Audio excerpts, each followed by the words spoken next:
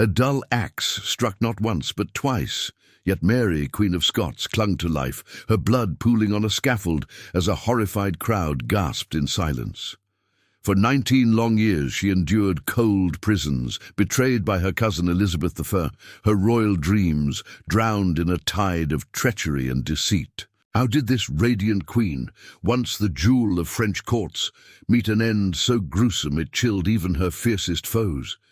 Step into the blood-soaked shadows of 1587 with tales of torment, where we unveil a truth more chilling than any royal legend ever whispered.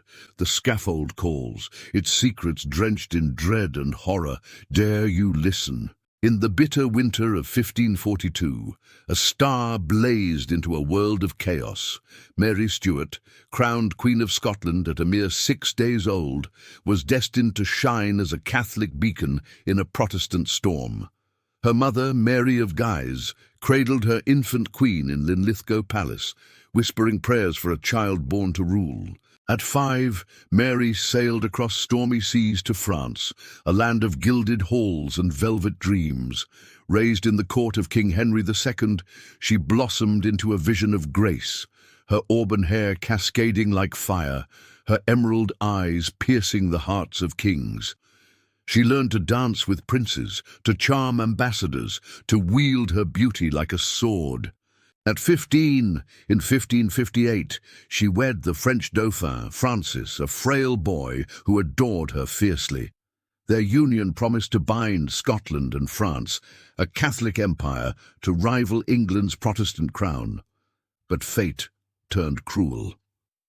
Francis died in 1560, leaving Mary a widow at 17, her French throne a hollow memory.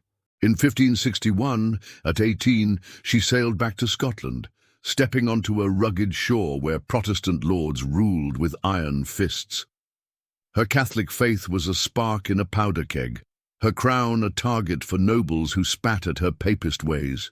She walked a tightrope, her charm winning some, her religion alienating others. In 1565, she married Lord Darnley, a tall, dashing Catholic noble with royal blood.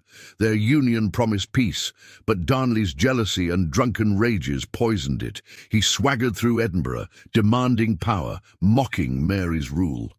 By 1566, their marriage was a battlefield, Mary's heart bruised by his betrayals. In February 1567, Darnley's house at Kirkhofield exploded in a fiery blast, the night sky lit with flames. His strangled body was found amid the ruins, no burn marks on his skin.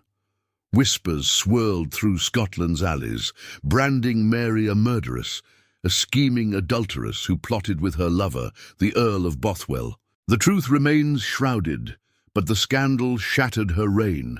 Lords rose against her, imprisoning her in Loch Leven Castle, forcing her to abdicate. Her infant son, James VI, was torn from her arms, crowned by her enemies. In 1568, Mary escaped, her gown torn, her heart aflame with hope. She fled south, crossing the border into England, throwing herself at the mercy of her cousin, Elizabeth Thuster, queen of a Protestant realm. But Elizabeth saw not a sister, but a Catholic rival, a queen with a stronger claim to England's throne, backed by the might of Catholic Europe. Mary's arrival was a spark in England's tinderbox, her presence a threat to Elizabeth's fragile rule. For 19 years, Mary was a gilded prisoner, shuffled between grim fortresses, Tutbury's damp cells, where rats skittered in the dark, Sheffield's cold towers, where winds howled like ghosts, Chartley's iron gates, where spies lurked in every shadow. Her letters were intercepted, her whispers overheard, her every move a pawn in Elizabeth's game. Mary wrote in secret, her ink a cry for freedom, her words smuggled in casks and cloaks. She dreamed of rescue, of Catholic armies sweeping her to England's throne. In 1586 the final blade fell. Forged letters, crafted in the sinister Babington Plot, framed Mary for plotting Elizabeth's assassination. Spies had spun a web of lies, their ink dripping with her doom. Young Catholic nobles, led by Anthony Babington, had sworn to kill Elizabeth and crown Mary, but their letters were intercepted by Elizabeth's master spy, Sir Francis Walsingham. Mary's coded replies, forged or coerced, sealed her fate. Chronicler William Camden wrote, "Elizabeth's pen trembled as she signed the death warrant, but her crown demanded Mary's blood. On a cold February day the ink dried, and a queen's life hung by a thread, snapped by treachery's cold, merciless hand. By the bleak winter of 1587, Mary Stuart was a shadow of her royal self, confined in the windswept towers of Fotheringhay Castle, a fortress as cold as her enemies' hearts. Once draped in velvet and silk, adorned with pearls that rivaled the stars, she now shivered in threadbare gowns, her fingers numb from the chill. Her only companions were a handful of loyal ladies-in-waiting, their faces etched with grief, and a tiny terrier, its soft fur a fleeting comfort in her skirts. Rheumatism twisted her joints like gnarled oak, each step a stab of pain. Her once lustrous auburn hair faded to brittle silver, her face carved with the scars of 19 years in captivity. Yet her spirit burned like a martyr's pyre, unbowed by chains, unbroken by despair. She knew death was near, her trial a cruel farce where no plea could sway her Protestant judges. She refused to confess treason, proclaiming herself God's anointed queen, her crown a sacred trust no earthly court could strip away. Her days were spent in fervent prayer, her rosary beads worn smooth by trembling fingers, her voice rising in Latin hymns that echoed through the stone. Her nights were haunted by visions of her son, James VI, raised by Protestant foes in distant Scotland, his face a stranger's now. She poured her anguish into smuggled letters, hidden in wine casks, sewn into cloaks, or slipped through cracks in Fotheringhay's walls. One letter, concealed in a beer barrel's bung, begged James to honour her sacrifice, its ink blurred by tears shed in the flickering candlelight. Another, sent to her cousin in France, pleaded for Catholic armies to avenge her, to carve her name in history's blood. Mary's cell was a prison of the mind as much as the body. Spies lurked in every shadow, her ladies questioned, her papers seized. She lived under a relentless gaze, her every sigh recorded, her every prayer suspect. Yet she clung to her faith, her rosary a lifeline, her altar a defiance of her captor's scorn. On February 7th, 1587, the eve of her execution, Mary made a choice that shook her jailers' souls. She donned a crimson gown, its rich velvet the colour of Catholic martyrdom, a blazing rebuke to the Protestant lords who sought her end. The sight sent fear rippling through Fotheringhay's halls, her jailers dreading she might ignite rebellion even in her final breath. She spent her last hours at a makeshift altar, embroidering a tapestry with stitches that wove a coded plea for rescue, a plea that would never reach its mark. Her needle flashed in the candlelight, each thread a silent cry for freedom.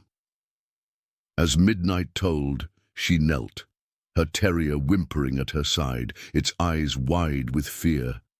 She prayed for strength, for her son, for her soul's salvation. Her voice, steady as steel, pierced the icy stone, a queen staring into death's abyss with courage that defied her broken body, her heart a fortress no prison could breach. Dawn broke cold and grey on February 8, 1587, as Mary Stuart swept into Fotheringhay's great hall, her crimson gown aflame against the sombre crowd. 200 nobles packed the chamber, their breaths visible in the chill, some weeping openly, others masking their unease with stony faces. Mary climbed the low scaffold with the grace of a queen unbroken, her steps deliberate, her head held high. Her eyes, sharp and unyielding, locked onto the executioner, a man whose trembling hands betrayed his dread of slaying royalty. She spoke briefly, her voice clear and calm, forgiving her enemies and proclaiming her Catholic faith, a final act of defiance that hushed the hall.